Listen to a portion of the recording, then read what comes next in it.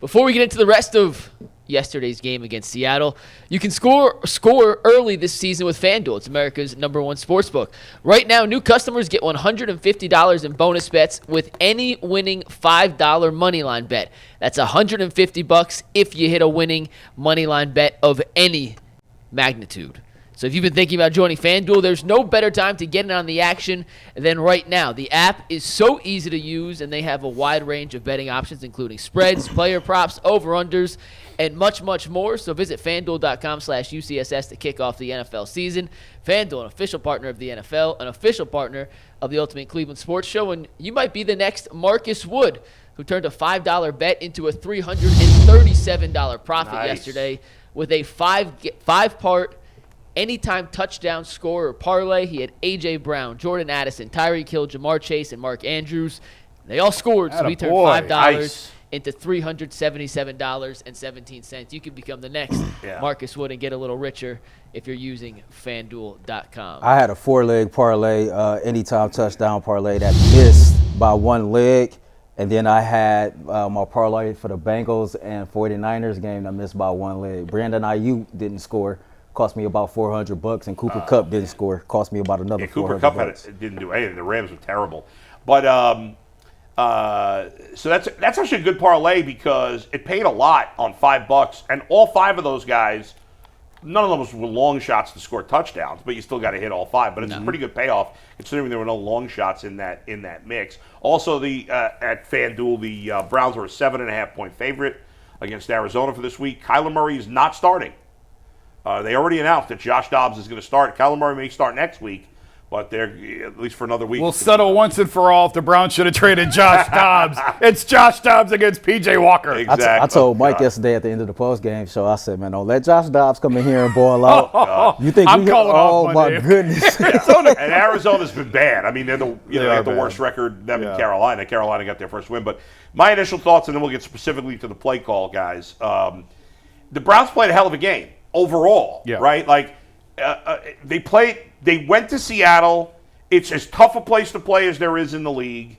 They were in the down when they went down 14-0 early. We probably all thought they were getting boat raced in this game. I know I did. Did you think that? I did too. Jason, it was looking bleak. It was looking bleak, and then for the most part, the defense played well the rest of the way, and the offense did just enough. But this is the NFL. This is where we're at, and this year, it feels like it's more balanced than ever. You look at the AFC. There's only one team with less than 3 wins in the entire AFC, and that's New England. That's it. 15 of the 16 teams in the AFC are between 3 and 6 wins. It's going to be tough, and this is the best division in football. You look at that. Now, we'll get into all of that, and we'll get into the big picture of the division because obviously the division is really tough with the Bengals looking back to normal, the Ravens winning and looking great. Steelers lost, they played terribly, and the Browns lose. Guys, let's start with the 3rd and 1 play, or 3rd and 3 play at the end of the game. Because I would argue that going into that play, you could have argued that Kevin Stefanski had called nearly a perfect game in that game. I thought he did a tremendous job for most of the day. When that play first happened, I texted our group chat, and I said, I don't like it. I don't like throwing the ball there. As I've had time to settle now, 18 hours or whatever later, I don't dislike it as much as I did at the time. Now, if I had my druthers, I still would have ran the ball there. The analytics point to it being close. Oh, you sent new stuff, and I didn't get a chance to look at it. Yeah. What did the new analytics say? Well, it wasn't analytics. First of all, before I do that, here's the thing that I think, this is why I think it's low-hanging fruit to go after that play. Yeah. They had a 3rd and 3 plays earlier and threw it, and nobody said a word. Nobody's going crazy over that. It was 3rd and 3. The difference to me there is that first 3rd and 3, there's 4 minutes to go in the game. 3:40. Right. So there's way more time. So you need to get a first down, and you have, in theory, a better chance to get a first down throwing the ball. Whereas at this juncture in the game, it's more risky. First of all, you're further down the field, so you can bury them if you punt. They're only 10 yards farther. 7 yards farther. But 10 yards and 2 minutes. But the clock's going to stop at the 2 minute. That's true. And that's why, I mean, Daryl Johnson said on the broadcast, I didn't go to Seattle. It's one of the few games I'll miss. I didn't want to fly that far. Yeah. So he said on the broadcast, the whole playbook is open here. That's right. Because you're going to the 2 minute warning. Now, if you really hate the play call, I'm going to give you data to support it. I went back since the start of 2020 and looked at run versus pass, converting 3rd and 3, specifically 3rd and 3. And I could put in all kinds of ramifications about the score and where you're positioned on the field, but I try to keep it simple. 3rd and 3 in the NFL since 2020 when Kevin got here, if you run it, you're converting 58% of the time. Passing is 49% of the time. But the Browns, since Kevin got here, are converting 57% of the time when they're throwing it on 3rd and exactly 3. Yeah. So what are they converting it and running the ball? I have it. Give me a second and I'll look. Yeah. I think they're really close. They're really close to the league average. Yes. But all of those runs were with Nick Chubb. The vast majority of those, you would think, on 3rd and 3. Right, but the passes weren't with as bad. Even though the Browns haven't had good quarterback play, P.J. Walker's the worst. Two things can be true. Yeah. They didn't have good quarterback play. They didn't have it this bad. P.J.'s terrible. But I look at it as like, for whatever reason, he was locked in on Amari. He was going to Amari from the snap. Right, the guy's wide open. So he didn't give the play a chance to develop. I don't know if he could have seen him even if he did, because Jerome Ford was wide open in the middle of the field, but Petonio was blocking his view. So I don't even know. He would have had to hold the ball and wait for it to develop, and he didn't do that. From the jump, he was going to Amari. The odds of it hitting a guy's helmet are 1 in a million. It may have been picked even if it didn't hit his helmet because Amari was covered. Yeah. The other guys weren't. So I just think if you're going to complain about that one play call, I don't understand why people aren't more hostile about the 3rd and 3 when they threw it 3 plays earlier. It was 3 plays earlier. And they threw it then on 3rd and 3. Nobody said a word. A lot of the reaction, obviously, is prisoner of the moment because it didn't work. Sure. Earl, your take on the 3rd and 3 throwing the ball? I mean, you can easily look and say, well, we should have, could have, would have run it, but I had no issue with it because up until that point, I thought Kevin Stefanski had called a great game. So why go over the hill and try to kill him because he called one play that's quote unquote questionable? For the most part, P.J. Walker did a pretty damn good job moving the football throughout the game. I thought the run game was solid. I thought the pass game was, decent, for lack of a better word, considering the situation that we were in. Of course, he had those turnovers, but no, I can't sit up here and point to that one thing and say that's why the Cleveland Browns lost this game. Because the truth of the matter is, he called that play, the ball was picked off, but you know what? The defense still stepped out on that field. And the defense still allowed that offense to drive all the way down the field and get the game-winning touchdown. That's right. And so it's so easy to just, when you're frustrated, when you lose a game that everybody think we should have won, it's so easy to say, okay, well, this is the reason, that's the reason, that's the reason. And to me, like I said to open the show, it was a series of events within the last 2.5 minutes of the game. I felt like that would cost the Browns to win. It wasn't just a 3rd and 3 play call. Well, it's been this way 3 weeks in a row, right?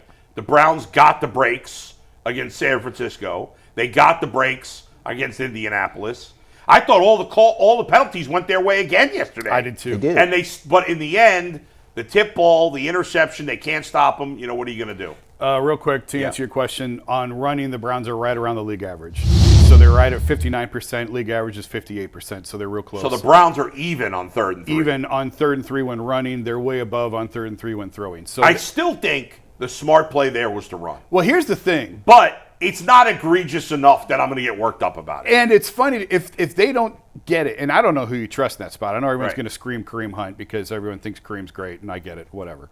I don't. I don't either. I think I don't think he's as bad as you are making him out. But I've just said he's You said got 3 wheels. You said, hey, somebody tweeted at me yesterday, say 3 wheels. Yeah. I tweeted something about Kareem Hunt. I was like, okay, that's he's averaging that's 3 a pun yards per carry. Jason. I mean, he's the league average, I think, is like 4.2 yards a carry. He's below the league average. Well below. So, I mean, he's league. That's Again, for just yesterday. With 3 wheels, you can still go real far on a tricycle. I'm just saying, people, if Kareem Hunt That's was what's impressive, the 4 touchdowns. Well, yeah. I mean, most of them been around the goal line, but one he had the long run that I remember. There was the great play call, and they pitched it out to him. Yeah. And others have been around the goal line, but whatever. If Kareem Hunt was from Poughkeepsie and went to Ball State, nobody give a shit about him. But it's because he's from here. Like, that's the whole thing. Fine, whatever. But if they didn't get it, I bet you they go for it. I bet you he goes for it on 4th down. If it's 4th and 1, if they run it and don't get it, and then people would really lose their minds. But Kevin is playing to win the game. Every time. He wants to win the game. And I love that. And sometimes it's going to backfire when you do that, and that's why I do like Kevin Stefanski. Because you put the game in the hands of the defense against San Francisco, and what did the Niners do? They ran right down the field on you and got in position to kick a field goal. Now, against the Colts, they did get a stop late. They gave up 38 points, but they did force a stop late to get the ball back and allow the Browns to go down the field. And the Seahawks just cut right through them after the turnover. Well, so who's to say that they don't punt it and the same thing happens? That's right. Because, by the way, so the Seahawks started that drive. Let's save the defense for a little bit because I want to get to the quarterback stuff. Can I chime in one thing real quick on what Jason just alluded to with the defense and the coaching? I'm never going to criticize a coach for being aggressive and trying to get a first down to end the game. Yeah. I think there's like an extreme that goes too far.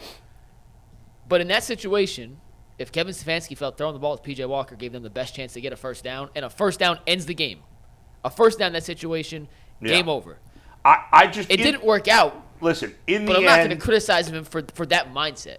If you feel I disagree with the play call, and I almost never, as you know, talk about play calling. I think it's way overblown. I wish you would have ran it too. I would have run it because I don't trust P.J. Walker in a big spot. I think he's shown you that through 3 weeks. We'll get to that, and we'll get to that in a second. But again, it's a toss-up call. Do you trust Strong to get you 3 yards or Kareem to get you 3 yards? I would have trusted them to get 3 yards more than him in the air. That's not fair. By a lot. I can't disagree with that. Yeah. But I think you're picking between the lesser of two evils. Yeah, that's fair. Like you don't have Nick Chubb, you don't have Deshaun Watson. I actually like what I saw from Pierre Strong. We'll get to that too.